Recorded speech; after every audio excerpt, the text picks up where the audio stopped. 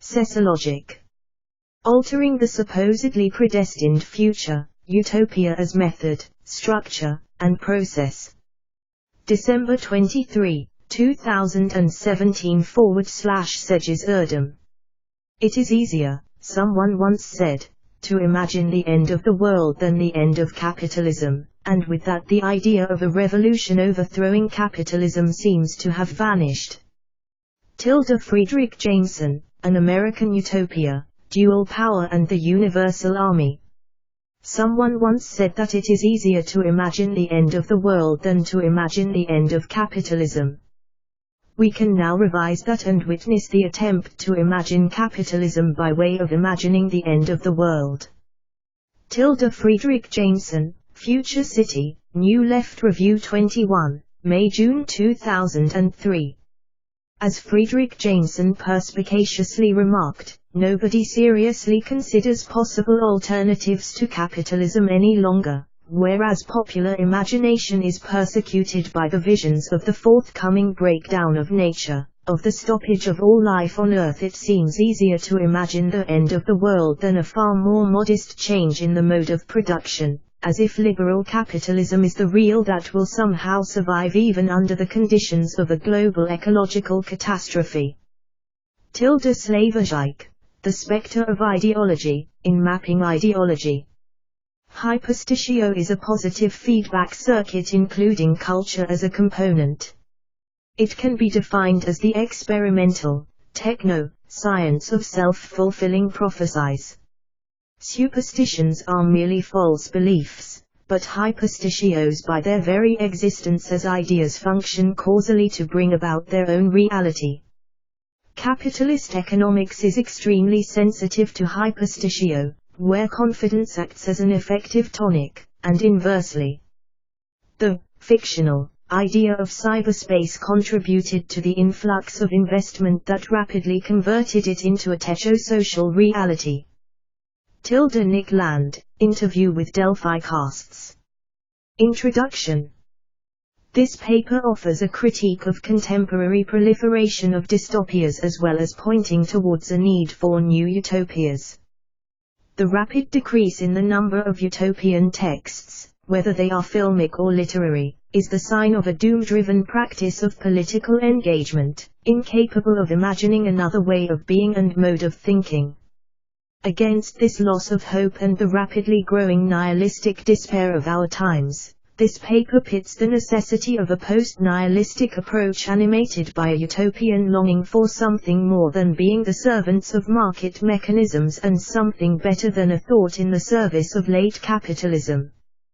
What this paper argues is that the way in which utopia is conceptualized within past and present utopian studies limits the multimodal capacity of utopia for political intervention and alteration of the future that is proclaimed to be dystopia at best and apocalyptic at worst. By way of focusing on the concept of utopia as structure, as process and as method, I aim to conceptualize a temporal utopia in the service of a less bad future, or even a better one perhaps. This paper is therefore a process of situating the concept of utopia in time. It moves from nowhere to ohi, the supposedly predestined future. Unfortunately, the future has changed. It's not the same good old brighter future anymore. Earth is rapidly going down the drain and we cannot even slow down the process. One only needs to look at science fiction movies to see this. Most of them used to imagine a better future on Earth.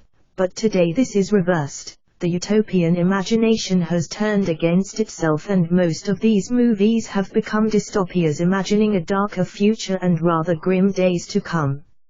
Of course many humans are aware of this fact, but they cannot help being driven towards a hell on Earth nevertheless. Acceptance of reality as it is doesn't mean affirming it. One has to negate the current state of affairs in order to alter reality and create at least a less bad future for all of us, we humans, we animals and we the plants. To be able to change the course of events leading to a mostly man-made catastrophic future, or an artificial apocalypse, to act in the way of preventing an early demise of the organic life forms on Earth as we know it, and perhaps even become capable of altering this course of events in the right direction, we have to understand how the system in which we find ourselves works first. And perhaps more importantly, we also have to understand how our minds work in this process of understanding how the world works. Otherwise we mess things up and everything gets even worse than it already is. Change for the better requires the force of utopian thought. And that is precisely why we preach becoming more human than human as we have come to know it. Fixing the dystopia future. Now I would like to come to the point and talk about the ways and means of fixing the future today. My aim is to provide new strategies in the way of altering the grim future awaiting us so often portrayed by dystopia imagination. The end of the world scenarios dominating the science fiction scene presuppose a predestined future towards which we are heading. Dystopias are warnings from an imagined miserable future with the intention of casting a critical gaze upon the present. Counter to this, utopian thought and imagination project a future in which the dystopia negativity has been overcome. In a sense, utopia is the transcendence of dystopia conditions. I claim that it is possible to change the past and the future alike by way of reconstructing utopian and dystopia thought and imagination in terms of their relation to time and temporality. Any change of the past effectuates change in the present and the future alike. Although neither the present nor the future can be determined, a view of the present from the stance of an alternately imagined, less bad, or even better future enables us to write a future history of the present, or simply a history of a future which doesn't yet exist outside the virtual domain of imagination, or conception for that matter. Of course we cannot change the past as it really occurred, but this doesn't mean that we cannot change its effects on the present and the future. It is often said that the past and the future are qualitatively the same. But there is something questionable in the here assumed identity of the past and the future. Although they are both inaccessible in terms of their unknown status, this doesn't necessarily mean that they embody exactly the same qualities. There is a discrepancy in the qualities constitutive of their diverse virtualities. To put it in Kantian terms, we have here two different modes of time in itself, these are the past and the future. While we know some things about what happened in the past, we know nothing of what will happen in the future. Our knowledge of the past is not in itself but partial. We draw the rest of the picture according to a desired future we have in mind. Here we have a desired future as an idea which shapes the past itself. Utopian tradition dates back to Plato's Republic, although the term was coined by Thomas More back in 1516.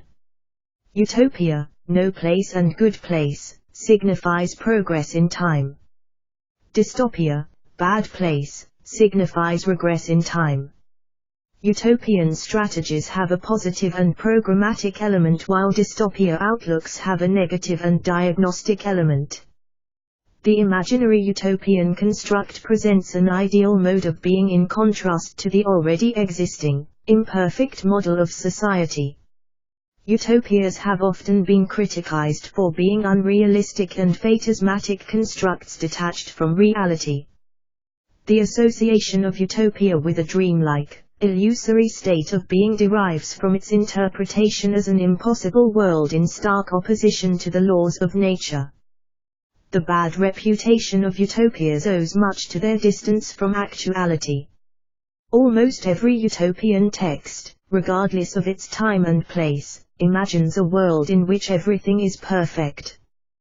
But everything cannot be perfect in reality, that's the dilemma. Dystopia emerges upon the realizatio of this impossibility. If utopia designates a new possibility, dystopia registers an impossibility. This scenario can of course be read reversely as well.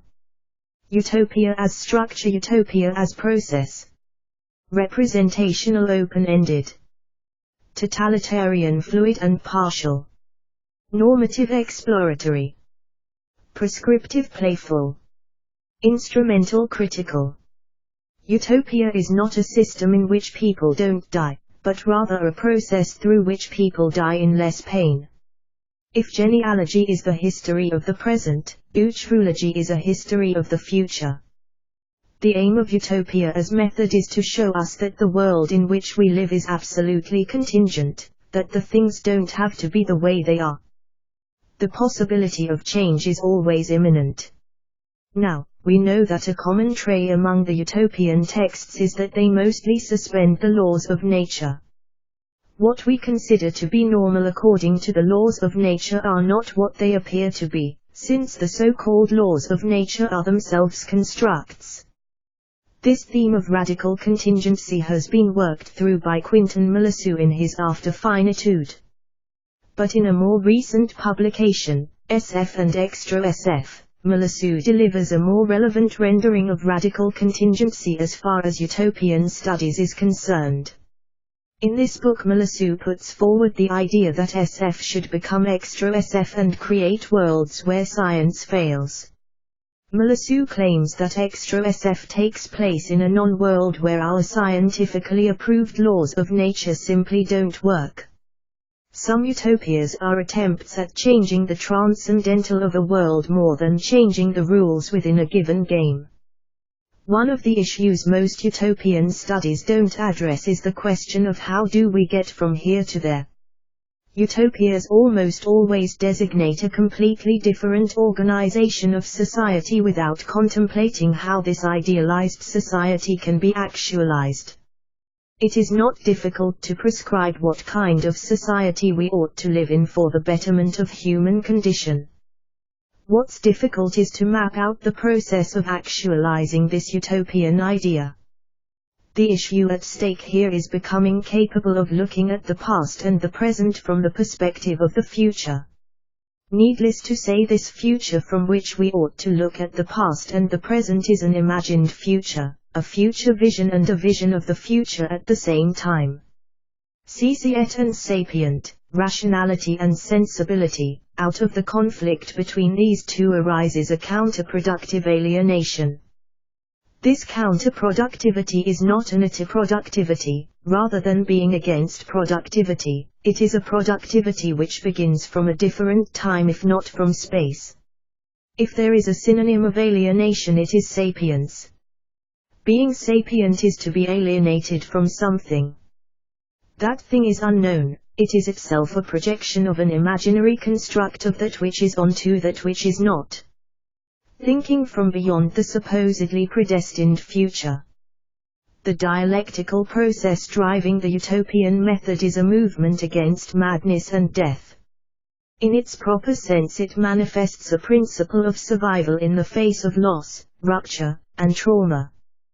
The will to life manifest at the core of dialectical process as utopian method moves from a bad past and an even worse present towards a less bad present and perhaps an even better future. The future arises out of the interruption that separates the past and the present. It is the shape the subject gives to this void in time that matters. Let us recall Freud's designation of the unconscious as that which is timeless and indifferent to difference, just as an immortal among the mortals would be. Freud's conception of the unconscious obviously resembles Kant's concept of the noumenon, the thing in itself which lies beyond the phenomenal realm within human access. The real is not substantial, it is rather this void in reality which sets time in its course. It is not for nothing that from Descartes to Lacan and Badia the subject is a formal entity which stands in for the void in reality. The real is not exactly the Kantian noumeal but its situation in time. It is here that Lacan's contribution to Freud's metapsychology is inscribed. In a sense, Lacan does to Freud what Hegel had done to Kant. Lacan and Hegel situate the Freudian and Kantian subjects in time as voids in reality itself. The real as the void in reality and the subject as void in time converge with the Cartesia cogito, the Kantian subject, and the Freudian unconscious. It is only with Hegel and Lacan via Zizek and Bagia that we recognize this convergence. Messianic time ultimately stands for the intrusion of subjectivity irreducible to the objective historical process, which means that things can take a messianic turn, time can become dense, at any point. The time of the event is not another time beyond and above the normal historical time, but a kind of inner loop within this time. 1. Thinking from beyond the supposedly predestined future doesn't signify a stance from which a predetermined future is projected onto time. Such an act, without its inverse operation simultaneously at work to prevent a possible catastrophe, would put us in a position similar to that of Oedipus and his father, who, in escape from the prophecy, both fall victim to the very prophecy they were trying to escape from. Thinking from beyond the supposedly predestined future also requires figuring out how we should act now in accordance with what we don't want the future to be like, and think in such a way as to create the conditions of impossibility for this unwanted future to take place while we construct a new vision of the future. This procedure of thought explicates the signs of what the future will be like if things go on the way they are, and then points out what is to be done, what can be done, and how it can be done, at present in accordance with the non-being of that dreaded future so as to render it impossible to become now as time goes by. Some readers may or may not object to this procedure for being driven by a fear of what might happen. To those readers all we can say is that there are rational fears and there are irrational fears. While rational fears help secure a new and less bad future for us, the irrational fears usually destroy the possibility of even a less bad future, let alone create a better one. For those who have eyes to see and minds to perceive, the signs from the future are always already there, here and now. At stake here is a matter of coming from the future and intervening in the present with what is at hand, both to prevent the worse future and to create a less bad one. Paradoxical though as it is, this process requires a simultaneous coming from a reconstructed past and an imagined vision of the future, coming from the past and the future at the same time, moving towards a not yet existent space-time, an utopia, that place which is not.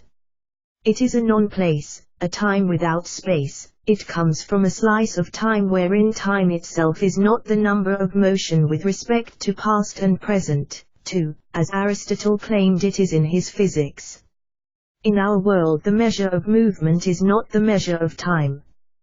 Kant had already pointed out that time is inner sense and space is outer sense. Understanding time and space as forms of intuition and sensibility renders it possible for Kant to posit his presuppositions as synthetic a priori categories of understanding. Diderot synthesizes and employs Bergson and Kant to develop his concept of impersonal consciousness. The dissolution of the one coincides with the emergence of a plurality of sense. Transcendental empiricism is precisely the attempt to give a voice to the many. The uivocity of being is Diderot's name for the death drive which indiffery/T/G8s, that is, disjunctively synthesizes, an operation which unites as it splits, causing indifference and non-difference at the same time. Indifference has two aspects: the undifferentiated abyss, the black nothingness, the indeterminate animal in which everything is dissolved, but also the white nothingness, the once more calm surface upon which float unconnected determinations like scattered members, a head without a neck, an arm without a shoulder, eyes without brows. The indeterminate is completely indifferent, but such floating determinations are no less indifferent to each other. 3. This finally brings us to the issue of the split nature of reality itself. The subject cannot access the reality in itself precisely because the reality is always already split in itself. Strange though as it may sound, the in itself is itself split.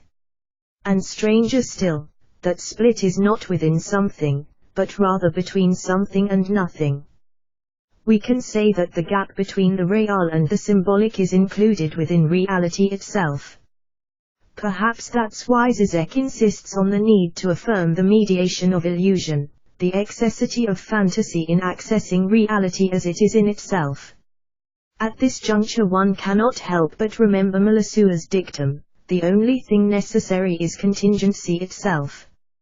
And therein resides the call for the need to establish a non-relation to the world for us, in the way of constituting a relation to the world as it is in itself, as pure multiplicity.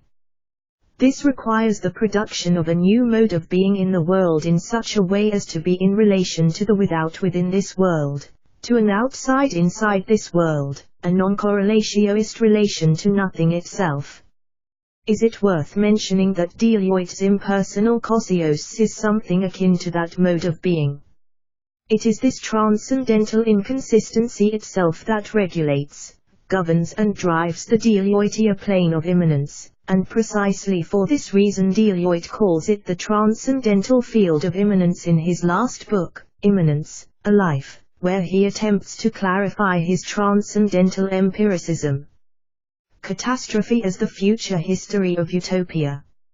If there is a movement of thought which has stamped the significance of dialectics and as well as the meaning of utopia upon contemporary climate of theory and made this significance manifest for the present state of political affairs in the world, it can be found in Friedrich Jameson's books. It's all a matter of knowing what to do with time, and Jameson knows what to do with it to say the least.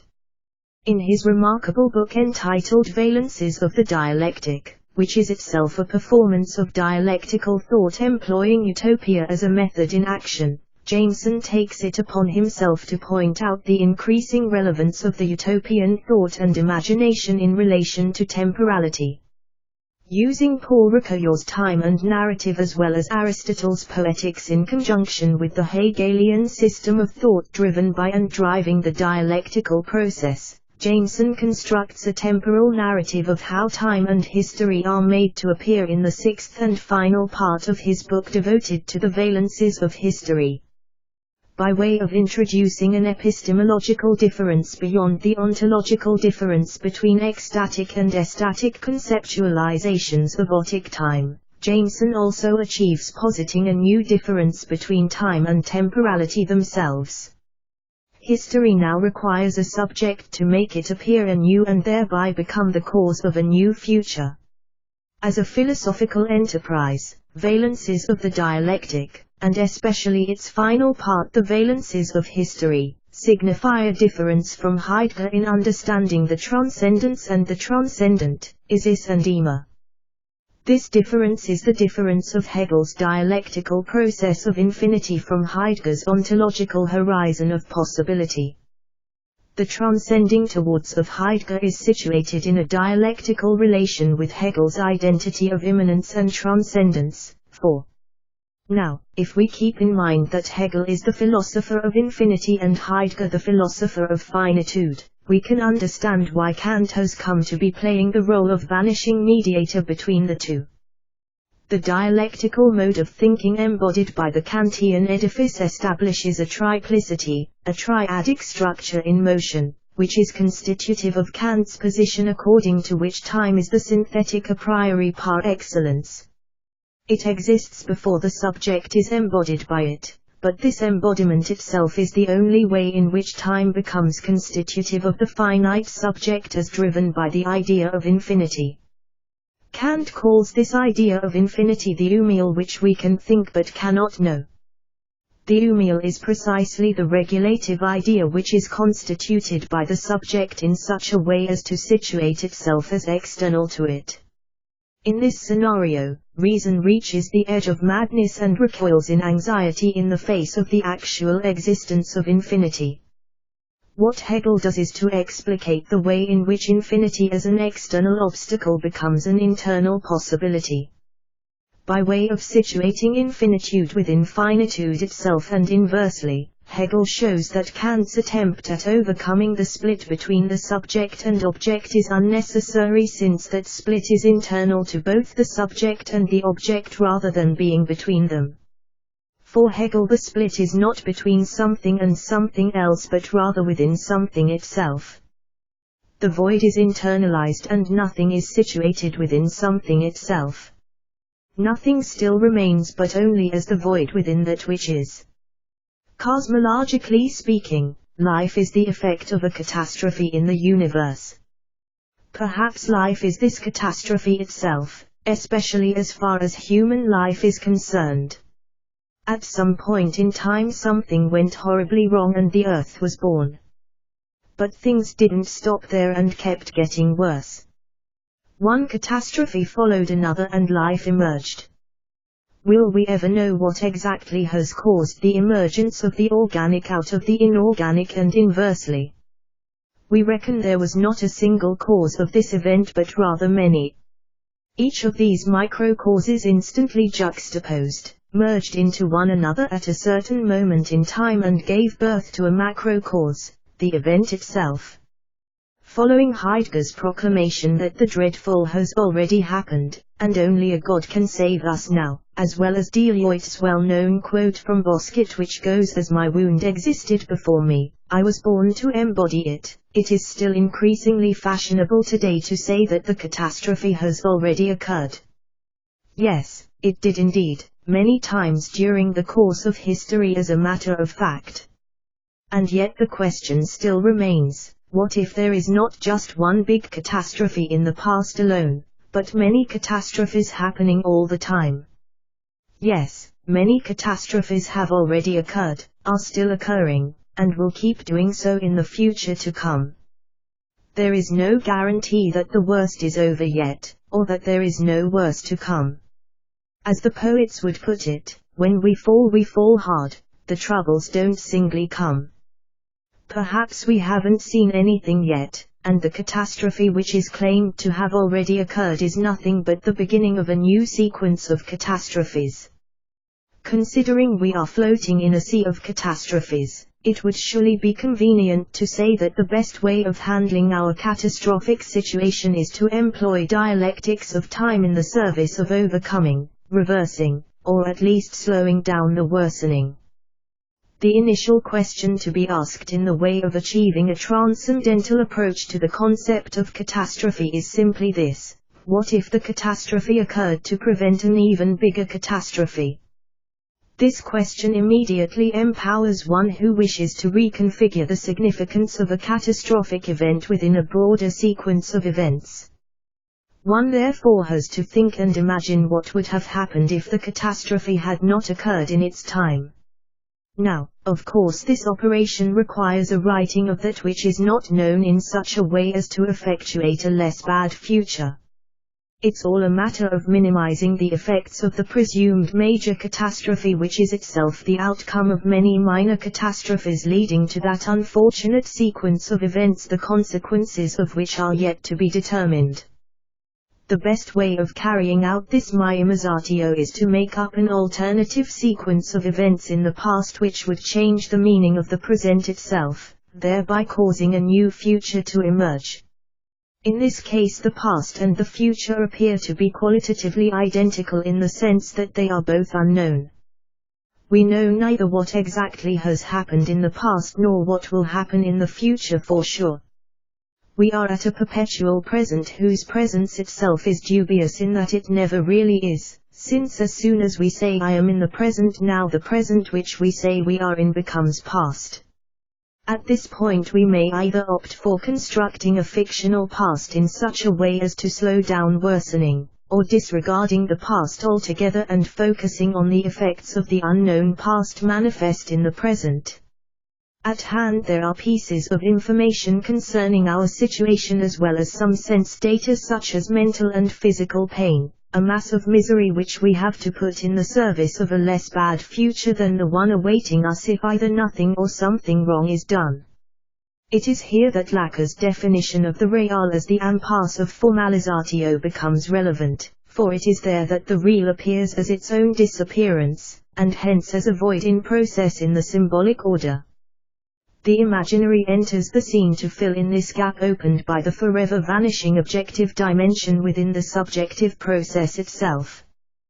For Bagia it is precisely at this point of impossibility of knowing that the real emerges as the eternity in time which goes beyond mere subjective experience and objective reality alike. In a paper on Jameson's Making History Appear presented at a conference entitled Thinking About Time, Temporalities of Capitalism and the Time of Revolution, 5. Bagia touches upon this same issue of the problematic relation between formalization, the real, and making the impossible possible. Following Bagia's footsteps in the field of formalism, Bagia asserts that a forcing of transformation in the structure of formalization itself is required to go beyond the impasse of capitalist mode of production under which the subject itself is subsumed. Referring to Jameson's definition of capitalism as totalizatio in process rather than an all-encompassing structure, Bagia points out that time is what propels capital and drives capitalism on. Since capital configures the way in which time is experienced, it is up to the subject to formalize a new time for itself in such a way as to reconfigure the subject of capital's relation to time, and hence cause a transformation in the structure of capitalism itself. Here again it's all a matter of turning catastrophe into a positive investment in the future. Quoting Jameson at length, Bagia underlines the role of catastrophe in the process of progressive transformations of the existing social and political world of history. In the phenomenon that interests us here, the sudden flash of a sense of history, we must somehow account for the evidence that history in that sense can be experienced either as nightmare or as a sudden opening and possibility that is lived in enthusiasm. It is an alternation which suggests the existence of some deeper duality in the thing itself, the way in which, for example, the appearing of history, its faeisthe, entails a new opening up of past and future alike, which can conceivably be marked antithetically, a somber past of violence and slaughter giving way to a new sense of collective production, or on the contrary a glimpse of promise in the past which is shut down by a closing of horizons in universal catastrophe. Better still, both these dimensions can be experienced at one and the same time, in an undecidable situation in which the re-emergence of history is unrelated to its content and dependent above all on that form in which after a long reduction to the lowered visibility of the present, past and future once again open up in the full transparency of their distances. 6. This returns us to the issue of the causes and effects of unfortunate incidents, those banal accidents of life which may have varying degrees of traumatic consequences. Related to this issue are the concepts such as causality, contingency, and necessity. Is it possible to know the absolute cause of an event? How are we to know whether an event was contingent or necessary? One should thus invert the existentialist commonplace according to which, when we are engaged in a present historical process, we perceive it as full of possibilities, and ourselves as agents free to choose among them, while, to a retrospective view, the same process appears as fully determined and necessary, with no room for alternatives. On the contrary, it is the engaged agents who perceive themselves as caught in a destiny, merely reacting to it, while, retrospectively, from the standpoint of later observation, we can discern alternatives in the past, possibilities of events taking a different path. And is not the attitude of predestination, the fact that the theology of predestination legitimized the frantic activity of capitalism, the ultimate confirmation of this paradox?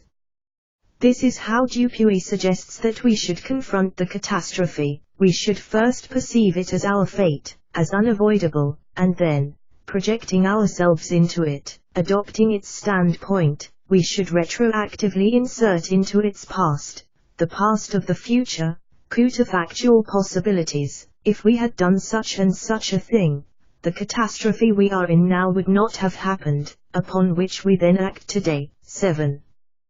What went wrong might in fact turn out to be the turning point in the course of happenings which sets things in the right course. Perhaps it was all already going wrong for quite a while now, and what seemed to be a negativity in this process of roboid was actually a contingent necessity for the conditions of rightboig. The initial question the subject asks to itself in the face of aggravating situations of loss should better be this: if the subject wishes to overcome the anguish it feels in the face of loss, and with sufficient effort even sublate its state of being in agony perhaps, what have I gained with this apparent loss? This question aims at initiating a thought process which would actualize a change at the level of perception. Now, which one is the next question, then? Why is there something rather than nothing? Why is there nothing rather than something? The second one is indeed the question a dispossessed person would ask, rather than someone who still has something at hand. Yes, here we begin with nothing, because it's all there is. Jack Kerouac had once asked, "What's in store for me in the direction I don't take?" The question still begs to be answered, with or without the recent developments in science and technology in mind, although needless to say it would help to use them in our investigation in search of a true answer. Perhaps time would tell indeed, if only time had a voice to say the least. When one of Beckett's nameless voices in Texts for Nothing asks, "Where would I go if I could go? Who would I be if I could be? What would I say if I had a voice?" one should listen to this voice without reserve and act accordingly without determination. That is, I reject the lost object and project it as the subject without incorporating it. The I rejected object of loss does not become a part of the subject at work here. What's at stake is rather that a new sense of time is created and embodied as void within the subject itself. Out of this void emerges new modes of being and thought which deliver a third question: how come there is both something and nothing at the same time? It would be best, perhaps, to think of an alternate world, better to say the alternate world, our alternate world, as one contiguous with ours but without any connection or access to it. Then, from time to time, like a diseased eyeball in which disturbing flashes of light are perceived, or like those baroque sunbursts in which rays from another world suddenly break into this one, we are reminded that utopia exists and that other systems, other spaces, are still possible. 8. What we need today are many views from a timeless nowhere, from beyond a supposedly predestined future which doesn't yet exist and may never do so, from the realm of a non-temporal utopia, a neutro-IA perhaps. This utopic /utroic event of looking at life on Earth at present from an imagined and conceptualized future can turn out to be the spark of an open-ended story, the significance of which is never fully determined. As a method of viewing ourselves from nowhere and this utopian /utro-IA thought and imagination makes it possible to situate infinity as a void in time, a gap between the past and the present out of which a new future emerges.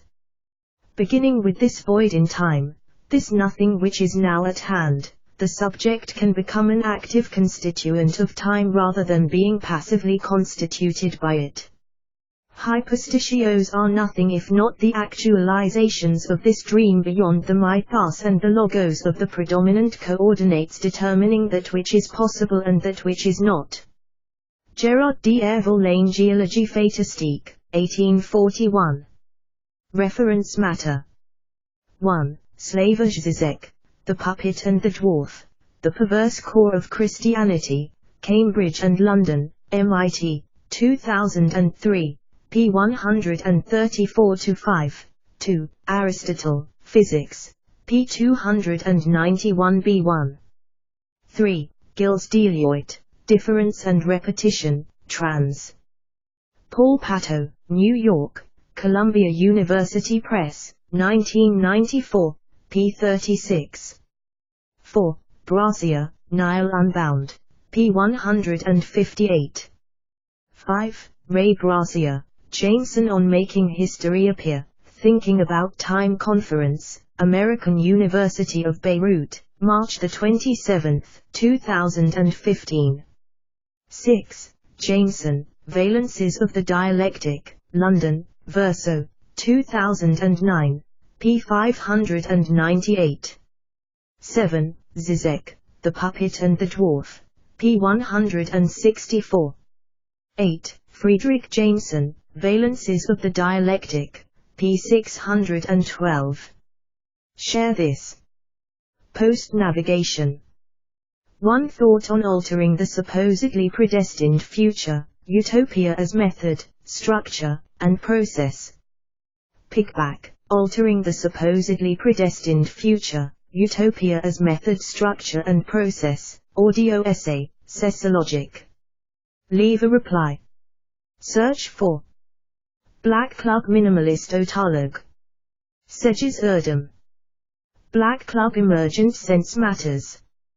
Post-nihilistic speculations. Alienations. Links. Black Club Introspector.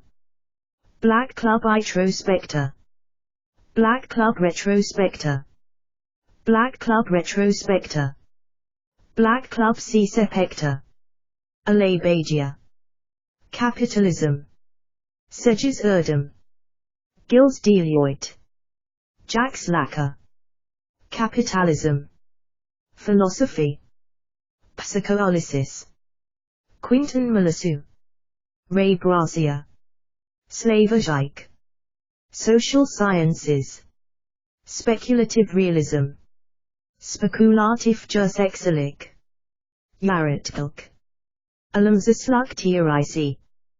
Black Club Minimalist Otalog. Pages/Safala. Numina. The Book of Nile. Black Club Cepector. Black Club Introspector. Black Club Retrospector. Black Club Translator. Black Club Emergent Sense Matters. Cecologic. 3 modalities of the immanent infinity, life, matter and thought in Henry, Deliotte and Bagia, audio essay. A brief note on Kant. 0 Alpha Drift Archive. The Immanence of Truths Alabagia. Hyperstitio, altering the supposedly predestined future, or Utopia as method, structure, and process. Dialectics of Time and Event from Kant and Hegel to Deliotte and Bagia. Kroberg, Burroughs, Deliotte, 2, The Evil Spirit and the Spiritual Automaton. The Trouble with Pleasure, Deliotte and Psychoanalysis, Subliminal Sensibility. Slavojike Masterclass 1 and 2, Surplus Value, Surplus Enjoyment, Surplus Knowledge. 3 modalities of the immanent infinitude, life, matter and thought in Henry, Deliotte and Bagia. Letterbox. Black Club Wonder about your wonder. Mediate the emerging mediator. Black Club Speculations. Suggested reading. Black Club Immanent Entities. Yaratisai Yazalik ve Felsefi Cengiz Erdem. It's not the number that matters.